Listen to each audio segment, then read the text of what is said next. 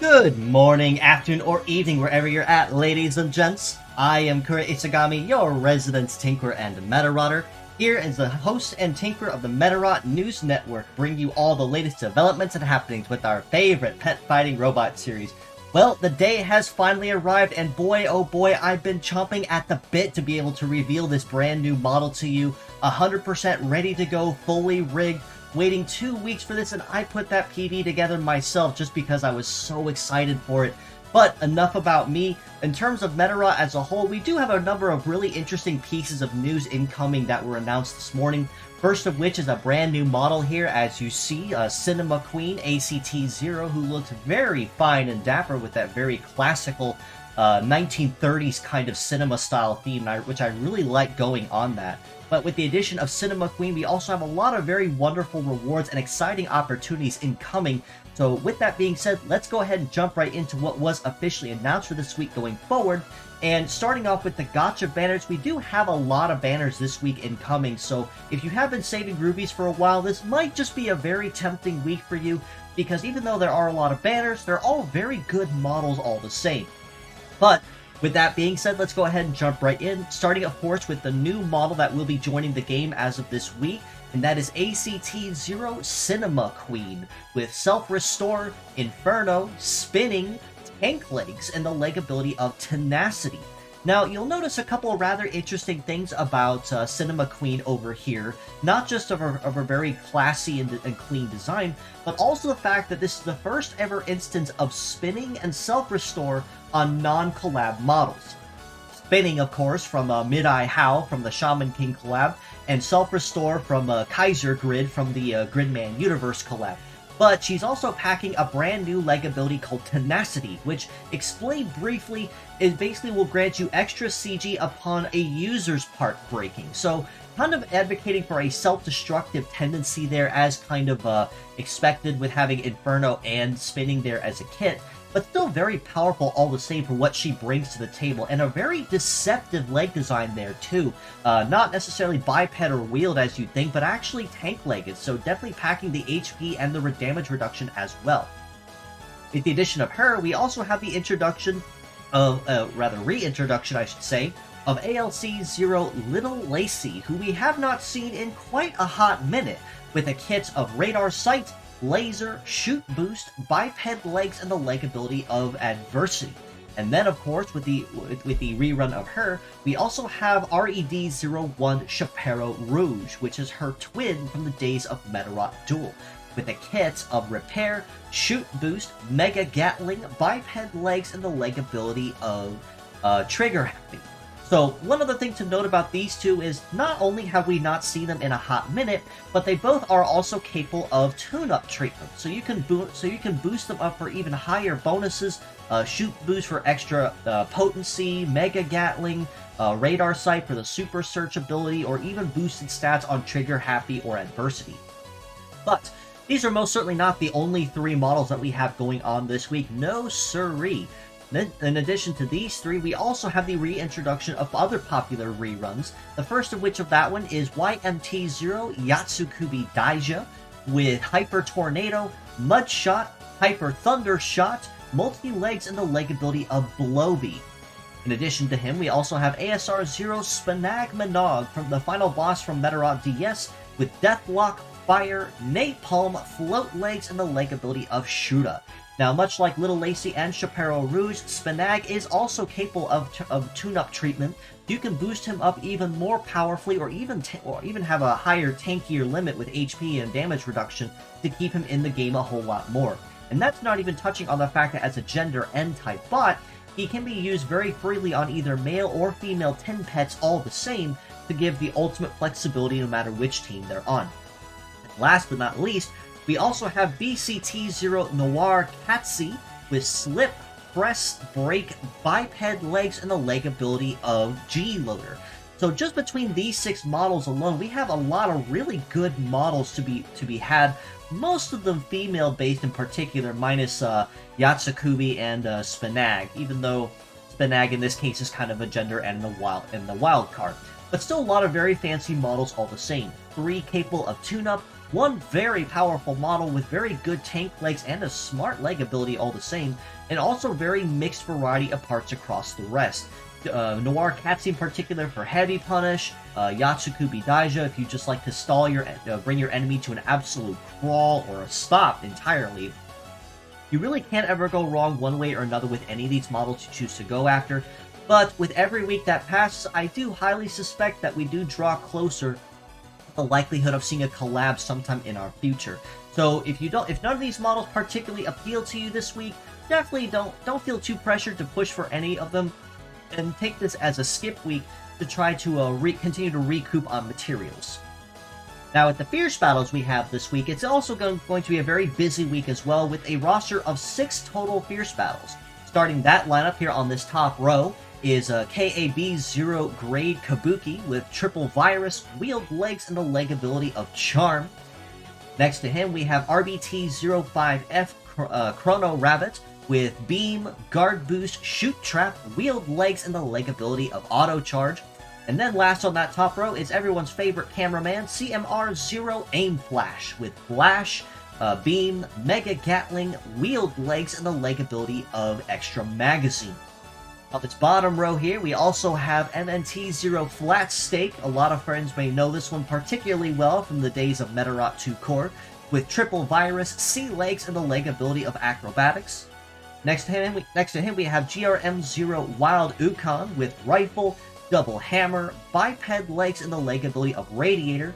And then over here, kind of slightly hiding in the corner, is KWG-11 Hirschkapper with Triple Rifle, Biped Legs, and the leg ability of Radiator as well. So, naturally, we have a lot of really good models here, much like we do with the Gacha banners this week, and a lot of very mixed variety models in one form or another. In particular, Hirschkapper and Aim Flash are going to be the absolute MVPs of the week for very obvious reasons. Aim Flash for the use of a non-heavy flash head. Even if it is expensive to raise, it is still immensely popular in current competitive PvP for its very high heat stat. Hirschkapper in particular for basic rifles you could fit basically anywhere with no real drawback or punishment. And for its incredible well-rounded stats and balance, it's a part you especially can't go wrong with. All this being said though, it is very obvious that all these models that you see here are going to be a very beginner-friendly week. So if you are just starting in the game, or just barely starting out, with your first couple days, or have been going on for a little over a couple months, this will be a really good opportunity for you to pick up on some very low-grade cheap parts that you can make use of very early on, very easily with minimal effort to raise. Now, in terms of whether you choose to take them beyond 3-star, that is entirely up to you, aside from the MVPs that I did list here. But it does not hurt to have them raised, just in case to have them on hand, because you never know, we might have an event or so around the corner where they might just come in handy and you just need an extra piece to fill in a slot. Now, in terms of game and event stuff, it is going to be relatively quiet this week in particular, aside from all the gacha and the Fierce Battle banners. In terms of other stuff with the game, we do have, of course, a new Super Invasion incoming featuring Cinema Queen herself, as well as more official story content. Now, if Alva Noel's new Super Invasion was any clue and hint, I do highly suspect that going forward, Super Invasions are only going to get more difficult. Primarily for the reason that they are officially introducing 6-star capped parts with their higher, roughly about 7 to 10% boosted stats before even overclocked metals or terrain hit the field. So if you have not been paying attention, or you have not been tackling Super Invasions yet, do be ready for a particular spike in difficulty, as they are definitely pulling out all the stops, and make sure that you know exactly what you're doing when you are taking these on, and you have only one thing in mind: victory and nothing more. In terms of event stuff, if you are a veteran of the game longer than, say, about 2-3 years or so, this is going to be a relatively quiet week for you, because all the rewards that we can earn from this new event incoming are all rerun rewards from previous years, between year 1 and even up to year 3 and so on. But with this event in particular, we have the opportunity to earn the Bishop Medal, which has a mastery in support, healing, and defense, with a leg mastery in multi-float and sea-based legs. So very support-based oriented medal, and with a guard-based nature, it's going to be a very good one to have in any kind of library. In addition, we can also earn OIR-0 Arenzu Dayu, the Cortesian type from Medarot 7, with a kit of Super Repair, Shoot Boost, Fight Boost, Tank Legs, and the leg ability of Charm, very fittingly enough. We can also earn the N rank, or possibly R rank version of Medarot Chitose, who is a particular and titular main character to Medarot DS. We can also earn a lot more other rewards like NFRPS chips, rubies, and other limited time resources that normally you'd have to spend a lot of time farming for or waiting for to come around. And with the advent of 6-star parts, these NFRPS chips are going to be a very hot commodity going forward. With pretty much any event that's going to be incoming, I highly expect they're going to be a very hot item that's going to be basically a given in any event going forward. Now, much like last week's event with Windsylph, this event will also be ticket-based, so mixed parts will be encouraged across building your team. Now with the red ticket bonuses, as you see here, Little Lacey and Chaparral Rouge will give you a +3 bonus per part across the team, Spanag and Arenzu Dayu at +2 each, and the Fierce Battles at +1 each.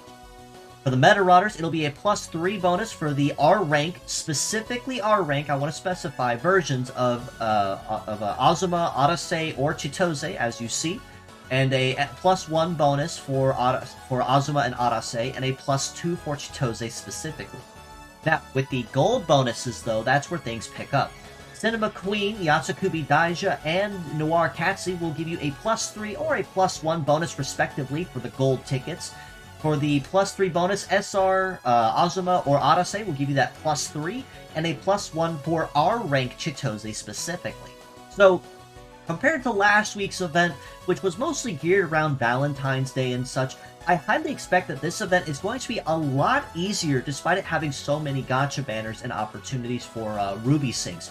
Because a good number of these models, despite some of them having not shown up for a while, is going to be a very easy event on the grounds that we most likely have at least one of these bots already. Spinac has made a number of returns every once in a while. Yatsukubi Daija is still relatively new, and a lot of folks have very likely collected at least one part of him for sake of that. Noir Katsu, probably not as much, but does poke her head in every once in a while. Little Lacey and Chaparral Rouge will probably be the two really big ones, though, given that they have not shown up for a while, and they are capable of tune-up. In terms of community-based stuff, though, as always, we are always looking for translators to assist us with any translation projects or endeavors. Right now, we are still looking for any playtesters or checks for Medarot 3, as mostly it's down to just spelling checks and grammar checks, just to make sure everything's behaving as it should. But the more people that are able to play that and report on anything they find, the more likely that we can officially mark it as 100% completion, and we can start working on other projects like Medarot 4 or 5, or especially Navi, which I'll actually get to touching base on in just a moment. But with that being said, if you'd like to touch base or even learn more about the project, definitely reach out to us or join our community Discord in the link provided below. Ask around, and if you are knowledgeable in coding, cleaning, or Japanese, or if you know somebody who'd like to give a hand, ask around, talk about it, and we most certainly will get you in touch with the right people to fill you in on what has been done and what still needs done up to this point. Now, on the topic of Medarot Navi, for those that have been following me in the community Discord or on Twitter, I just over the weekend had a opportunity to guest host on Loddle's channel, Lord of the Loser One's channel, as we did a retrospective on Medarot Navi, thanks to him officially completing his playthrough of that game. Mostly we talked about the premise of the plot, the mechanics, the pros and the cons of the game. Would it have done well if they released it globally? How would it do if they remastered or remade it? So mostly just about an hour and a half, roughly about maybe close to 2 hours of us just kind of talking about various points. More like a podcast than anything else, but still very informative for what people brought to the table, and even some information and research that I carried leading up to this particular discussion. So definitely follow Waddle on his channel and go watch that part 1 and part 2 of that retrospective if you'd like to hear both of our thoughts on Navi and see just how well it held up, and if it could actually hold on its own if they were to go back and revisit it or even remaster it with a newer game or updated graphics or anything like that. So definitely give him a follow and a subscription as well. Most definitely worth the cause as a fellow Medarotter and dear friend of mine. You will most certainly not be sorry seeing his stuff in your feeds. Now, in terms of weekly art here on the MNN, I found these two pieces by Twitter user Dust2Meta pretty much within the last 24 hours or so, and a little bit of a funny story behind those two. I've actually been following him for a while because I really like that minimalist line art style that they do on the black background, kind of like a neon thing they have going on there. A while ago, I did comment saying if they were able to take requests and do maybe Kurojiri and Manjiro. They reached out to me within the last 24 hours and did not just one, but two, as you see here. And they are looking absolutely fine. Actually, one of these is my phone wallpaper right now. So definitely give Dust2Meta a follow if you'd like to see more of that wonderful minimalistic type art, especially if it is your particular theme or aesthetic.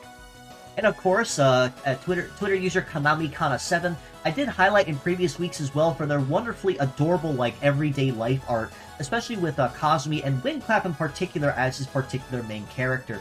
And this piece right here is most certainly no exception, as a really nice sunset or early morning shot there with Windclap.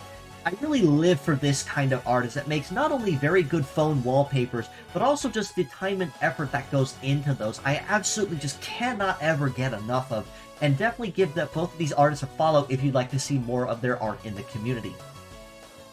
Now, going forward though, I do want to give a friendly reminder that I am always open for a commission as well. My model here, as you see, I did hand draw myself all the pieces and cut it up, so I can do live 2D models ready to rig. I can also do 3D models as well, from the ground up, meshes, armatures, rigging, optimization, UV mapping, the whole thing ready to go basically for any program, VR chat, SFM, MMD or whatever. I can do those. I can do standard 2D art of varying levels of degree of complexity and shading. I can do emotes. So definitely reach out to me on Discord or Twitter if you'd like to reach out or ask more and possibly get a commission up and running. I am kind of in need of money. I'm not gonna get on my knees and beg, because as much as I can on my channel, I'm not going to. But I would appreciate if you guys possibly would reach out and possibly make something happen. Any kind of money that I can put towards my daily expenses, as money is getting kind of tight, I would greatly appreciate, but no pressure. I will still continue to do everything I can to serve the Medarot community that I do love and support. Now, one other final big thank you I want to give is to my rigger, who actually took the time to bring my model to life and work with me over complications and minor tweaks every here and there as I was working on it. My rigger here, Kiki, who did a fantastic job on my model. I honestly just can't stop gushing about how beautiful it looks and how smooth it is. I had to kind of tweak with the internal settings just a little bit to personalize it, but that was more of a me thing on the end. Very affordable, fantastic quality.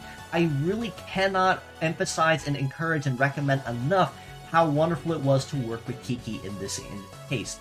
Kiki, thank you so much for working on my model yet again. I will continue to actively encourage and recommend you to any friends of mine that are looking for an affordable rigging service. If you do choose to offer anything else, such as art or anything else down the line, you can definitely count on the fact I will bring it up to my friends whenever I get the chance.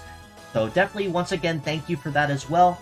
And I am so immensely grateful for you, more than words can even say, for being able to bring my model to life, for me to be able to bring to life on my channel and use. But with all that being said, I do believe that covers everything for this week's episode. So, like I said, relatively quiet week, mostly just a bunch of big surprises and other big things. And I have one other final announcement for you guys, and I'm going to put more information on the official community Discord very shortly after this video goes up. And that's the fact that I was able, with the work of with the help and feedback of some friends of mine and other mods, we do finally have an official rule set ready to go for a community Medarot S exhibition tournament. So we have all the rules set up, all the math for how to earn points, who advances, who doesn't, who had, what rewards are on the line. So we have that all set up. I will be posting more information on that and the information to the very first tourney that we will be hosting, like I said, not long after this video goes live. So again, not a lot of stuff related to Medarot S, but still a very exciting week all the same.